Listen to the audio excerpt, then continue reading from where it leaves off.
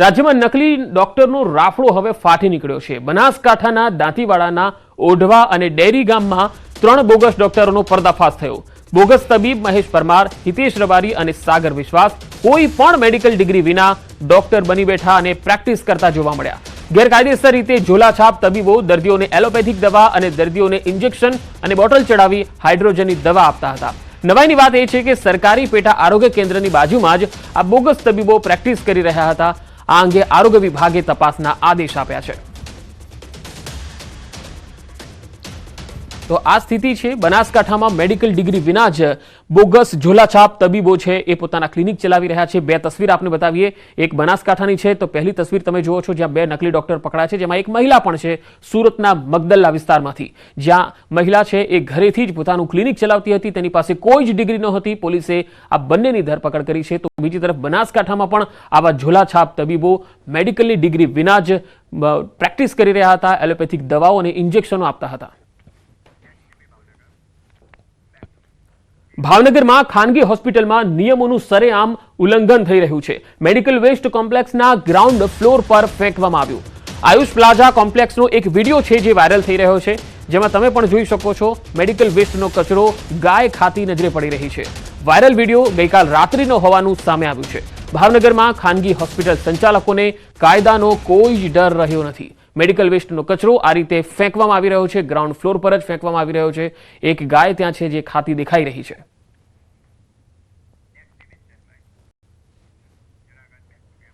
જૂનાગઢના માંગરોળ બંદરેથી કબૂતર મળી આવ્યું, જેના પગમાં નંબર લખેલું શંકાસ્પદ આ કબૂતર હતું। કબૂતરની પાંખોમાં અજાણી ભાષામાં લખાણ હતું। તપાસમાં મરીન પોલીસને વાંધાજનક કંઈ જ નથી મળ્યું। અન્ય દેશમાં કબૂતરોની યોજાતી હરીફાઈ દરમિયાન આ કબૂતર અહીં આવી ચડ્યું હોય એવી શક્યતા જોવાઈ રહી છે। તો ક્યાંથી આવ્યું આ શંકાસ્પદ કબૂતર? કારણ કે તેની પાંખમાં પણ કંઈક લખેલું હતું, અન્ય ભાષામાં કંઈક લખાણ લખેલું હતું, એના પગ પણ છે, તેના પગ ઉપર પણ કંઈક લખેલું હતું।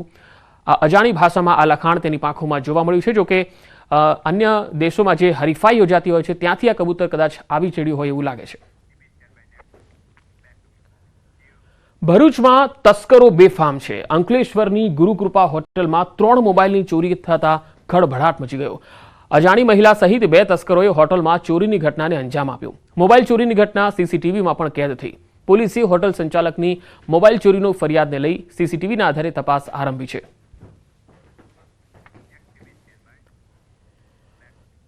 શિયાળો જામ્યો છે અને ચોર ટોળકી પણ બરાબરની જામી છે ચોરી કરવા માટે। મહીસાગર જિલ્લાના ખાનપુર તાલુકાના ગાંગટા ગામે છેલ્લા 10 દિવસમાં સતત ચોરીના બનાવો વધી રહ્યા છે, જેના કારણે રાત્રિના સમયે ગામના લોકો હવે પહેરો કરવા માટે મજબૂર બન્યા છે। તસ્કરોના આતંકને કારણે લોકોમાં ડર વ્યાપી ગયો છે। આટલી કડકડતી ઠંડીમાં પણ ગામના લોકો પહેરો ભરવા મજબૂર છે। ગામમાં ફરી ચોરીની ઘટના ન બને તેના માટે લોકો પોતે જ હવે સુરક્ષા કરી રહ્યા છે। 10 દિવસ પહેલા 5 મકાનો સહિત એક દુકાનમાં મધ્યરાત્રિના તસ્કરોએ હાથફેરો કરી અને સોના ચાંદી સહિત રોકડ રકમની ચોરી કરી હતી। બાદમાં 4 દિવસ પછી ફરી એ જ વિસ્તારમાં એક મકાનમાં ચોરી થઈ ગઈ। લોકો જાગી ગયા, બૂમાબૂમ થઈ। જોકે ચોર ટોળકી રોકડ રૂપિયા લઈને ફરાર થવામાં સફળ રહી, જેથી ગામના લોકોએ ચોરોને ઝડપી લેવા પોલીસને રજૂઆત કરી। અઠવાડિયામાં 2 દિવસ ચોરી થઈ છે। આખા ગામમાં ફરવું પડે છે, રાત્રે તાપણી કરીને જાગવું પડે છે। છોકરા પણ રાત્રે સૂતા નથી, જાગે છે। સવારમાં સ્કૂલો બગડે છે। મહિલાઓ પણ ગામમાં ફરે છે, ગામના પુરુષો પણ રાત્રે ફેરી કરે છે। અમારી માંગ છે કે જલ્દી અમને પોલીસની એ થાય મદદ। ગાગટા ગામ ખાતે 2 દિવસ પહેલા ચોરનો ભય રહ્યો છે। મહિનાથી આ કામ ચાલી રહ્યું છે। ચોર 2-3 દિવસ છોડીને આવે છે। અઠવાડિયામાં 2 દિવસ છોડીને એક ઘરમાં ચોરી 4 ઘર તોડ્યા, એક દુકાન તોડી છે। 5 તોલા સોનું લઈ ગયા છે, સોના ચાંદી પૈસા લઈ ગયા છે। અમારા ગામમાં જે ચોરી થઈ છે તો જલ્દીથી જલ્દી આ ચોર પકડાઈ જાય અને જે ડરનો માહોલ છે ગામમાં તે દૂર થાય તેવી અમારી માંગણી છે। તો જલ્દીથી તમે લોકો આ ચોરને પકડો તેવી અમારી તમને બહુ જ પ્રાર્થના છે। અને પોલીસને જલ્દીથી જલ્દી આ ગામમાં અને આજુબાજુના ગામમાં બી ચોરી થઈ શકે એવો માહોલ છે, કારણ કે અહીંયા 2 વાર એટલી 10 દિવસમાં ચોરી થઈ છે। તો આજુબાજુના ગામમાં પણ અમારા ગામમાં પણ અને દરેક જગ્યાએ ચોરીનો માહોલ છે। તો જલ્દીથી ચોર પકડાઈ જાય તેવી અમે વિનંતી કરીએ છીએ। પહેલા જે ચોરી થઈ એમાં સોના ચાંદીના દાગીના ને રોકડ ગયું, 4 દિવસ પછી ફરી ચોરી થઈ. એમાં રોકડ રકમ ને દાગીના બહુ નહીં ગયા પણ થઈ છે. અને ગાગટા ગામમાં ભયનો માહોલ બહુ ફેલાયેલો છે. છોકરા, બાળકો, મોટા બધા જ ડરી રહ્યા છે. તો તસ્કરોને પકડી લેવા માટે હવે ગામ લોકો છે એ પોલીસને રજૂઆત કરી રહ્યા છે, કારણ કે શિયાળો જામતા આ તસ્કરો એટલા બેફામ બન્યા છે કે અઠવાડિયામાં 2 વખત ચોરી કરી ગયા. લોકોમાં ડર વ્યાપી ગયો છે અને ગામના લોકો જાતે જ હવે રાત્રે પહેરો ભરી રહ્યા છે. કેન્દ્રીય મંત્રી મનસુખ માંડવિયાની આગેવાનીમાં વડનગરમાં વિશાળ પદયાત્રાનું આયોજન થયું. સુશાસન દિવસની ઉજવણીના ભાગરૂપે વડનગરમાં પદયાત્રાનું આયોજન કરાયું. પૂર્વ પીએમ અટલ બિહારી વાજપેયીની 100મી જયંતિની ઉજવણીના ભાગરૂપે આ પદયાત્રા યોજાઈ રહી છે, જેમાં કેન્દ્રીય મંત્રી મનસુખ માંડવિયા, ઋષિકેશ પટેલ, હર્ષ સંઘવી સહિતના નેતાઓની સાથે હજારો કાર્યકર્તાઓ અને નાગરિકો પદયાત્રામાં જોડાયા. 8 કિલોમીટરની આ પદયાત્રામાં મોટી સંખ્યામાં શાળા કોલેજના વિદ્યાર્થીઓ પણ ફેન્સી ડ્રેસ પહેરીને જોડાયા. વડનગરના તાનારીરી ગાર્ડનથી પદયાત્રાનો પ્રારંભ થયો, જે ઘાસકોડ દરવાજા, રેલવે સ્ટેશન, મેડિકલ કોલેજના રૂટ પરથી પસાર થઈ રહી છે. અમરથોડ દરવાજાથી નીકળી આ યાત્રા તાનારીરી ગાર્ડનમાં પરત આવશે.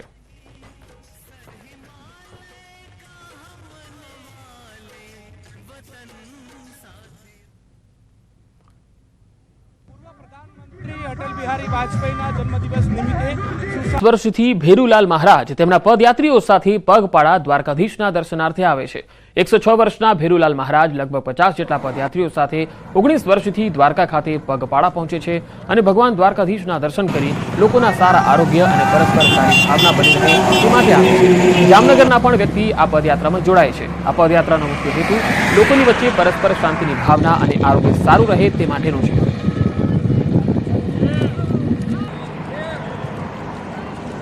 નવાણિયા ગામ વલ્લભનગર તાલુકાના ત્યાંથી 4/12 નીકળેલા છે અને 20 થી 22 દિવસે દ્વારકા પહોંચી જાય છે. 800 થી 900 કિલોમીટર જેવું અંતર છે અને 2 વખત રિટર્ન પદયાત્રા કરેલી છે. મહારાજશ્રીએ 19 વાર પેદલ યાત્રા, અત્યારે 19મી છે. 2 વખત રિટર્ન दिया છે. 54 मेंबर अभी साथ में चल रहे हैं और ये हमारे गुरुजी हैं सबके, और इनके सानिध्य में हम यात्रा करते हैं और इनकी सुरक्षा हमारे हैं. રાજ્યના વધુ સમાચારો પર નજર કરીશું. હાલ રોકાઈશું એક વિરામ માટે.